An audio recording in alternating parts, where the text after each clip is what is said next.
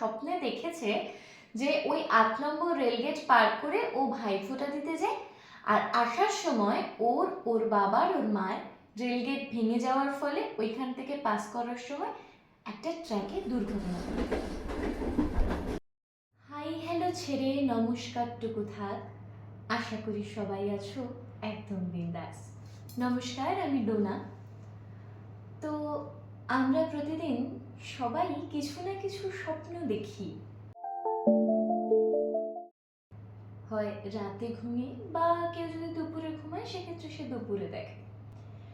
তো আমাদের স্বপ্নের মধ্যে কিছু কিছু হয় খুব আনন্দের, কেউ কেউ খুব দুঃখের, কেউ বা কিছু ঘটে যাওয়া ঘটনা আবার তার স্বপ্নে দেখে, বা কখনো আমরা মরা মানুষের স্বপ্নও দেখি। কিন্তু এমন যদি হয় যে আপনি যা স্বপ্ন দেখলেন তা স্বপ্ন দেখার পরে সত্যিতে আপনার সাথে ঘটে গেল, ঠিক এমনই একটা ঘটনা আমাদের সাথে শেয়ার করেছে রমা কুণ্ডু সোদপুর থেকে। ও লিখে পাঠিয়েছে যে একদিন রাতে ও ঘুমোতে যায় আর যার স্বপ্ন দেখে ঠিক পরের দিন সকাল থেকে সেই স্বপ্নটাই সত্যি হয়ে তার সাথে ধরা দেয়। সময়টা ভাইফোঁটার সময়। ভাইফোঁটার আগের দিন রাতে রমা ঘুমোতে যায়, আর বেশ একটু লেট নাইট করে ঘুমোতে যায়, ওই অ্যারাউন্ড 11:30-12টা।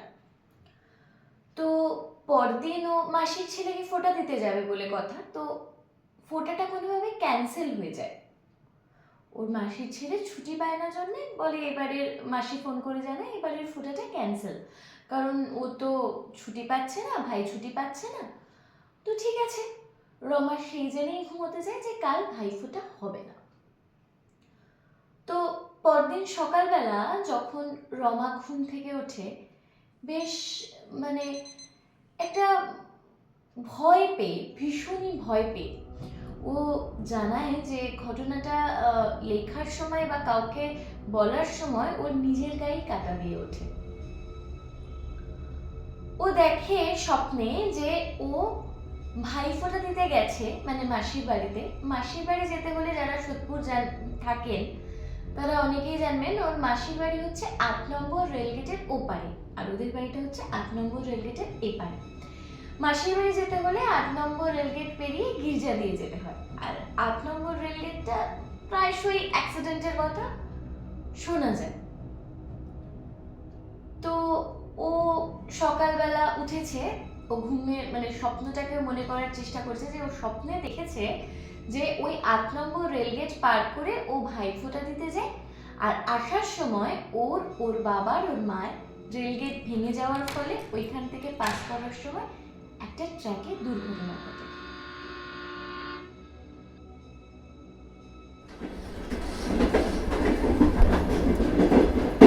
তো সকালবেলা উঠে ভাবে যে আচ্ছা ভাইফোঁটা তো ক্যান্সেল, তাহলে তো আর কোনো অসুবিধাই নেই, স্বপ্নটা যা দেখলাম ঠিক আছে, খুবই খারাপ স্বপ্ন, ও আর কাউকে বলে না।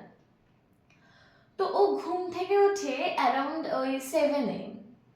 তো 8:30টার দিকে ওর মাসির ফোন আসে, ওর মায়ের কাছে ফোন আসে। তো ওর মাসি জানায় যে ওর ভাইয়ের ছুটিটা পেয়ে গেছে, মানে জানায় যে তোরা চলে আয়, একটু লেট হলেও কোনো অসুবিধা নেই, ওর ভাই ছুটিটা নিয়েছে, ভাইফোঁটাটা শুধু শুধু বন্ধ করে কোনো লাভ নেই। তো রমার মা তৎক্ষণাৎ রমাকে এসে কথাটা জানায় যে একটু রেডি হয়ে নে, চল আমরা যাই, ও ছুটিটা ম্যানেজ করতে পেরেছে, ভাইফোঁটাটা দিয়ে একটু দেরি হলেও মানে ভাইফোঁটাটা দিয়ে আমরা চলে আসি। ঠিক আছে, তখন থেকেই রমার মনে মানে একটু ভয়ের উদয় হতে থাকে যে কি হলো, আমি তো কালকে দেখলাম স্বপ্নে দেখলাম ভাইফোঁটা দিতে গিয়ে ঘটনাটা ঘটেছে, তো মানে ভাইফোঁটা তো ক্যান্সেল হয়ে গেছিল, তাহলে হঠাৎ করে আবার ভাইফোঁটা। যাই হোক, ওর বাবাকে বলতে থাকে বারবার, বাবা তুমি কোন দিক থেকে যাবে? ওর বাবা বলে কেন, যেমন অ্যাজ ইউজুয়াল আমরা যাই, মানে ওই রেল ট্র্যাকটা পার করে লক গেটটা পেরিয়ে। স্বপ্নে দেখেছিল যে ওদের অ্যাক্সিডেন্ট যেটা হয়েছে সেটা আসার সময় ফেরার পথে মাসির বাড়ি থেকে হয়েছে। তো তবুও তখন বাবাকে রিকোয়েস্ট করতে থাকে, বাবা আজকে না 8 নম্বর রেলগেট দিয়ে গিয়ে কাজ নেই, চলো আমরা ওই ট্রাফিক মোড় দিয়েও একটা যাওয়ার জায়গা আছে, ট্রাফিক মোড় দিয়ে আমরা চলে যাই। তো বাবা বলে যে ভাইফোঁটার দিন এমনি ট্রাফিক থাকবে, তাহলে আমরা ওই রেলওয়ে ট্র্যাক দিয়ে গেটটা পার করেই যাই। তো অনেক 1-2বারও বলে, রিকোয়েস্ট করে, তোর বাবা শোনে না, ঠিক আছে চলে যায় যাওয়ার সময়। তো ওরা অ্যারাউন্ড ওই 11:30টার দিকে পৌঁছায়, আর ভাইফোঁটা কমপ্লিট হয়ে গল্প টল্প করতে করতে অ্যারাউন্ড 7:30টা বেজে যায়, সন্ধ্যে 7:30 পৌনে 8টা। তো সন্ধ্যে 7:30 পৌনে 8টার সময় ওরা যখন ফেরার পথে ওর বাবাকেও বারবার রিকোয়েস্ট করতে থাকে যে বাবা আমরা আজকে 8 নম্বর রেলগেট দিয়ে যাবো না। তোর বাবা বলতে থাকে কেন, কি হয়েছে? বলছে তখনও কিছুটা বলে যে আমি একটা বাজে স্বপ্ন দেখেছি 8 নম্বর রেলগেটের ওখানে, তো আমি যাব না। তোর বাবা উল্টা বলতে থাকে, একটা স্বপ্ন দেখে স্বপ্নের সাথে কি সব সত্যি হয় নাকি? এখন এতটা বাইকটা চালিয়ে যেতে হবে, এমনি রাত্রি হয়ে গেছে, তাড়াতাড়ি যাব, পরের দিন আবার সব অফিস পার্ট খুলে যাবে, একটু তাড়াতাড়ি ঘরে গেলেই ভালো। তো বারবার বলতে থাকে, বাবা তুমি যাচ্ছ যাও, কিন্তু তুমি রেলগেটটা পেরোতে পারবে না। ঠিক আছে, ওই বাবা খানিকটা দুজনে চ্যালেঞ্জ করেই রেলগেটের দিকে অগ্রসর হয়। তো মোটামুটি রেলগেটের কিছুটা দূর আগে থেকে এসে ওরা দেখে যে প্রচুর জ্যাম, মানে বড় বড় লরি সবাই দাঁড়িয়ে রয়েছে, প্রচুর জ্যাম রেলগেটের একটু আগে থেকে। তো ওরা দেখছে 10 মিনিট, 15 মিনিট, 20 মিনিট রেলগেট বন্ধ। তো একটা রেলগেট লক গেট কতক্ষণ বন্ধ থাকতে পারে? মিনিমাম মানে ম্যাক্সিমাম ধরা যাক 3টে ট্রেন গেল, তো 3টে ট্রেন যেতে মোটামুটি যদি 10 মিনিটও থাকে, 20 মিনিট 25 মিনিট থাকতে পারে না কোনোদিনও রেলগেট, তাহলে বিশাল জ্যাম হয়ে যায়। তো বলছে কি ব্যাপার, এখনো রেলগেট খুলছে না? তখন রমা ওর বাবাকে বলে যে বাবা তুমি কিন্তু যেতে পারবে না, তুমি কিন্তু গাড়িটা ঘুরিয়ে নাও। ওর বাবা বলতে থাকে, দাঁড়া না, এক কথা বলছিস, দেখি না কি হয়েছে। তো এবার ওরা মানে মোটামুটি 8 ঘন্টা পেরিয়ে যাওয়ার পর ওরা দেখতে পায় যে কিছু সামনের দিক থেকে যে সাইকেলগুলো ছিল, রিক্সাগুলো ছিল বা বাইকগুলো ছিল, ওরা ব্যাক করে আসে, ব্যাক করে অন্য রুটে যাচ্ছে। তো তখন রমার বাবা জিজ্ঞেস করে যে মানে তোমরা ফিরে যাচ্ছ কেন, কি হয়েছে?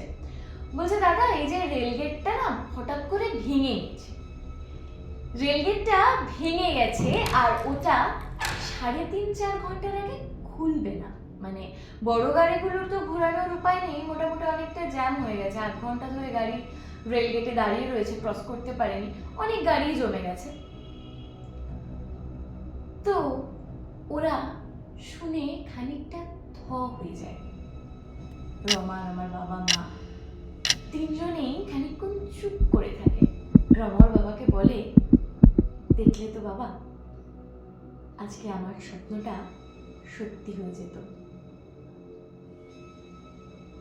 তখন ওর বাবা বলে, সত্যি মানে যদি কিছু মানে কাকতালীয় বা অলৌকিকের ঊর্ধ্বে কিছু হয়ে থাকে তাহলে তাই। যদি আমি মানছি এটা একটা কোইন্সিডেন্ট, ওর স্বপ্ন দেখা বা রেলগেট ভেঙে পড়া, কিন্তু দুটো কোরিলেট করলে ওর ওই স্বপ্নটাই কিন্তু সত্যি হচ্ছে।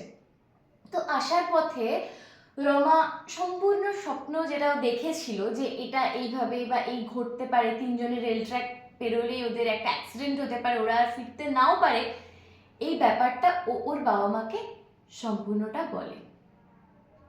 আর এই ঘটনাটা ও আমার সাথেও শেয়ার করে, মানে আমাকে মেল করে।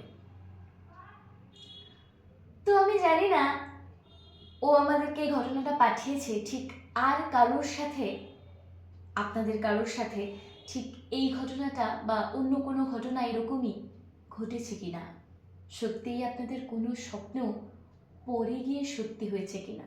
মানে ভালো স্বপ্ন বা একটা লক্ষ্য তো পূরণ হতেই পারে, কিন্তু এই ধরনের স্বপ্ন।